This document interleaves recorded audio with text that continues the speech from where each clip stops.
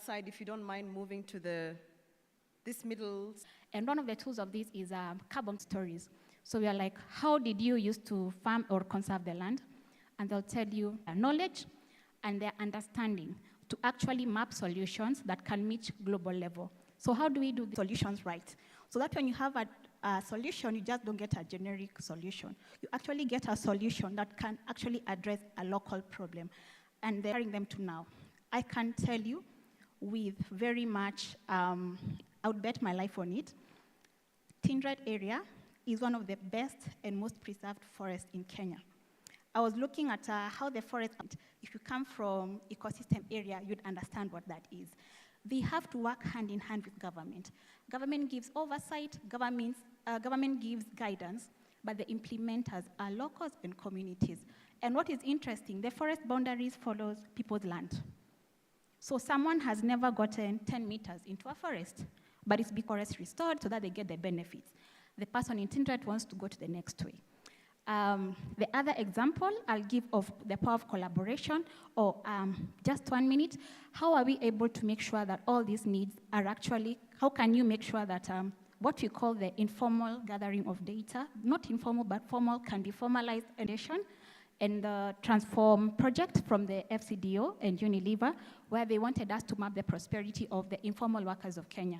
So we had to work we worked in through the prosperity model. These are their needs, their challenges and aspirations.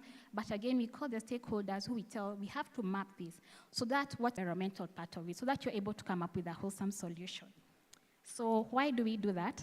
The best thing about this is of it, you have to put locals and communities. We are very much driven in being ethical, transparent, but more so community-led, level stakeholder, to make sure that the solution that's and just the clarity that she's provided. But I think importantly, with regards to the art of collaboration, she's highlighted the importance of co-design, which means you're really involving people, communities, the partners that you need from the beginning of your research. And that improves the relevance of your research outputs, and of course the uptake that comes after that. I think that's one really good demonstration of the partnership.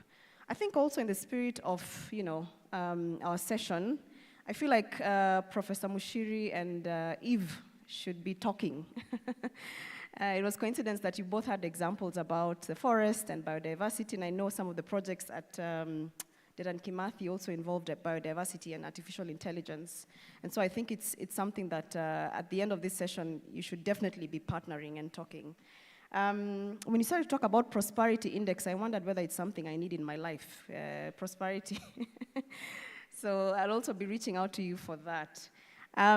It's my pleasure to invite the panel, where we'll interrogate some of the examples that we've heard. They'll also share their experience, and then we'll get to the recommendations of how we can move this forward. So allow me to invite Professor Wafula to the stage. Okay, it works. Maybe we can do a quick mic check just to make sure we're audible. All right. Hello. Yeah. Yours works, Mercy. Prof. Yes. Hello? Oh, I'm good. Wonderful. All right, great.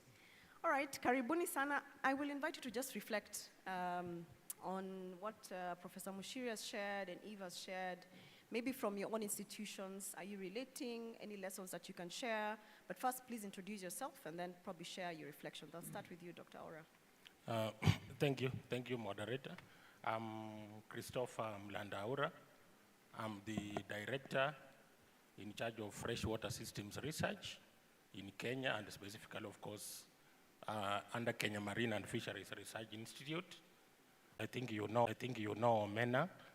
I think find out how this can be decentralized to specific areas for purposes